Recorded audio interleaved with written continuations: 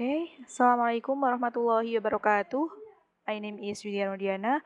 Now I would like to explain about current teaching methodology in reading. As we know that reading is an activity to construct meaning.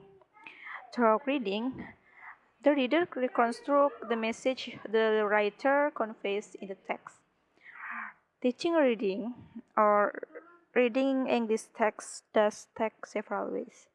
Teachers are required to know the things that are necessary in teaching reading in the classroom. So, now I would like to explain about teaching reading techniques. Techniques in teaching reading comprehension. Teaching reading how to comprehend is not easy. Teachers should have some knowledge of techniques to make students able to interpret or to understand the idea and talk of the whole text. Technique is implementation that which actually takes place in a classroom. It is particular trick, stratagem, or consequence used to accomplish an immediate objective. And then Iskandar Wasit and Sunandar state that there are various techniques that can be applied in the teaching reading comprehension. They are brainstorming and then summarizing technique, close procedure, group work technique and technical communication, and the last semantic mapping. And then the first topic, about the first technique about brainstorming. According to Iskandar Rasid and Sunendar, brainstorming is shown problem to students which must be answered by them so that the problem runs into new problems.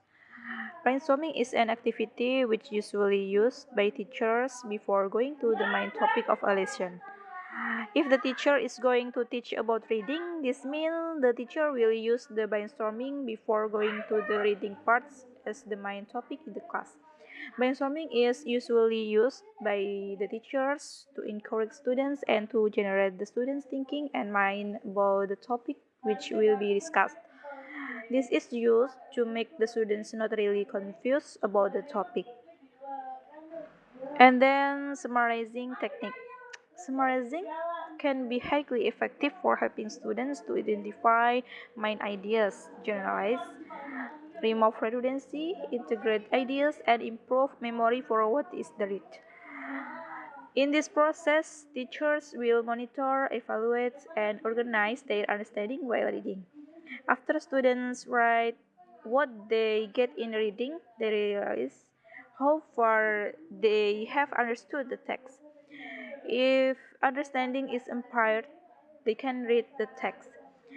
In addition, this technique is usually used after the students reading the whole text in the class, and they have to make a summary of the text so that it can be easier to understand what the text is discussing about. And then close procedure. This technique is a technique in which words are deleted from a passage according to a word count formula or various other criteria. According to Nasari, Asasi, and Zugi, the purpose of close procedure are to identify students' knowledge and understanding of the reading process to determine which queuing system readers effectively employ to construct meaning from print, to access the extent of students' vocabularies and knowledge of a subject, to encourage students to monitor for meaning while reading, and to encourage students to think critically and analytically about text and contents. And then the technique about group work technique and technical communications. This technique, according to Iskandar Wasit and Sunindar, group work can help students to discuss subjects that they have never talked before about English. Group work technique is the heart of a student-centered course in that they allow students to interact with each other without the interference of the teacher. They give students time and space to learn. to solve the problem and to make their choice. And the last about semantic mapping. Semantic mapping is a technique that can be used in all disciplines to demonstrate the relationship between ideas. Semantic mapping represents the knowledge which is related to each other. It is also a visual representation of knowledge, a picture of conceptual relationship. According to Zeit, semantic mapping can be applied not only to improve students' vocabulary but also to improve their reading comprehension and writing expression.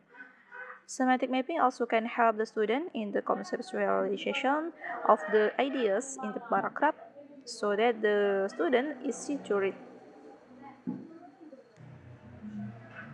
Okay, I think enough for my presentation today. Thanks for your attention. Wassalamualaikum warahmatullahi wabarakatuh.